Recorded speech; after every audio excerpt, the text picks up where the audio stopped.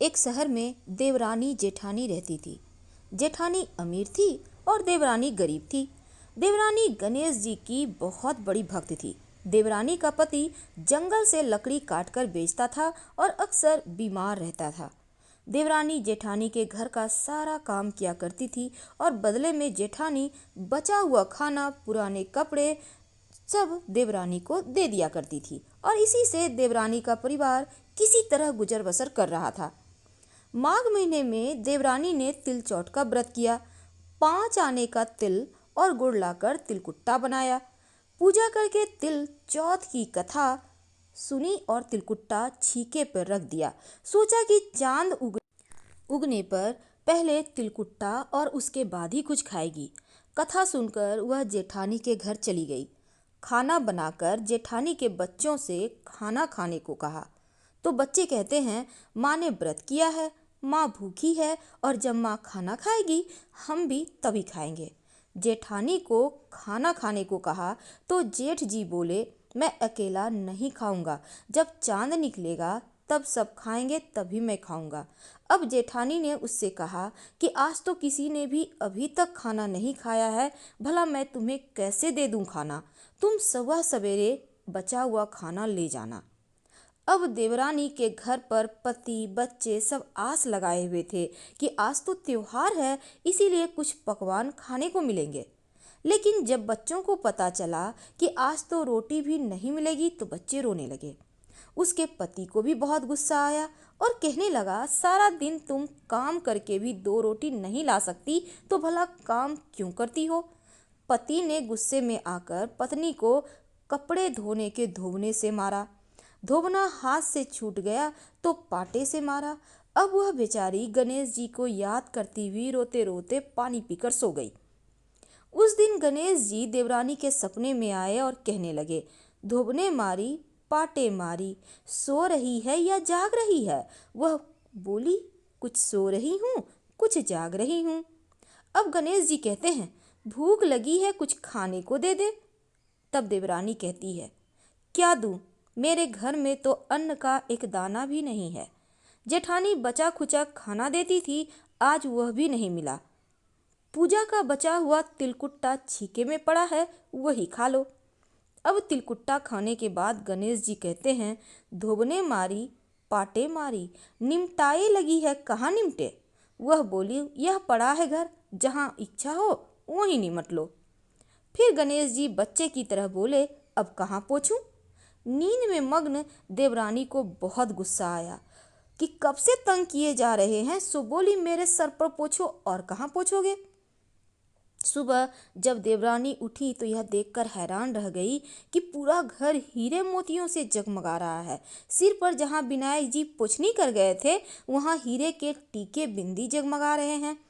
उस दिन देवरानी जेठानी के यहाँ काम करने नहीं गई। बड़ी देर तक राह देखने के बाद जेठानी ने बच्चों को देवरानी को बुलाने को भेजा। जेठानी ने सोचा कल खाना नहीं दिया इसीलिए शायद देवरानी बुरा मान गई है। बच्चे बुलाने गए और बोले, चाची चलो, माँ ने बुलाया है, सारा काम पड़ा है। तब देवरानी ने जवाब दिया, अब उसकी जरूरत नहीं है, घर में सब कुछ भरपूर है गणेश जी के आशीर्वाद से। बच्चों ने घर जाकर माँ को बताया कि चाची का तो पूरा घर ही हीरे मोतियों से जगमगा रहा है। अब जेठानी दौड़ती हुई देवरानी के पास आई और पूछा कि यह सब कैसे हुआ भला। तब देवरानी ने उसके साथ जो हुआ वह सब कह डाला। घर लौटकर जेठानी अपने पति से कहती है, आप मुझे धोबने और पाटा से मारो ना। अब उसका पति कहता है, भली मानस, मैंने कभी तुम पर हाथ नहीं उठाया तो मैं तुम्हें भला धोबने पाटे से कैसे मारूं। अब वह मानती नहीं है, जिद करने लगती है। मजबूरन उसके पति को धोबने पाटे से जो जेठानी है उसको मारना पड़ा।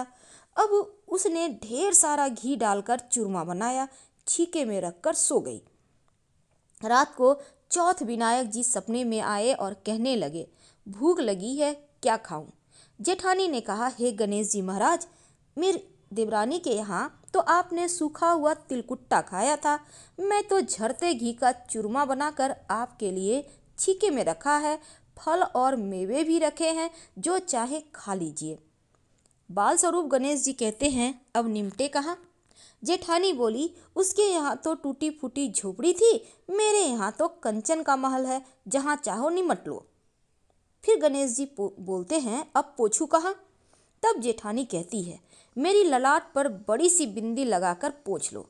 अब धन की भूखी जेठानी सुबह सुबह जल्दी उठ गई। सोचा घर हीरे जवाहरात से भर चुका होगा, पर देखा तो पूरे घर में गंदगी फैली हुई थी। तेज बदबू आ रही थी। उसके सिर पर भी बहुत सी गंदगी लगी हुई थी। उसने कहा, हे गणेश जी महाराज, यह आपने क्या किया? मुझसे रूठे देवरानी पर टूटे। अब जेठानी ने घर की सफाई करने की बहुत कोशिश की, परंतु गंदगी और ज़्यादा फैलती गई। अब जेठानी के पति को मालूम चला तो वह भी बहुत गुस्सा हुआ और कहता है, तेरे पास इतना सब कुछ था, फिर भी तेरा मन नहीं भरा। अब परेशान होकर चौथ के गणेश जी से मदद की विनती करने लगी। तब गणेश जी कहते हैं, देवरानी से जलन के कारण तूने जो किया था, यह उसी का फल है। अब तू अपने धन में से आधा उसे दे देगी, तभी यह साफ होगा। अब उसने आधा धन बांट दिया, किंतु मोहरों की एक हांडी चूल्हे के नीचे गाड़ रखी थी। उसने सोचा कि पता नहीं चलेगा किसी को, और उसने उस धन को नहीं बांटा। कहा, हे गणेश जी, अब तो यह बिखराव समेटो।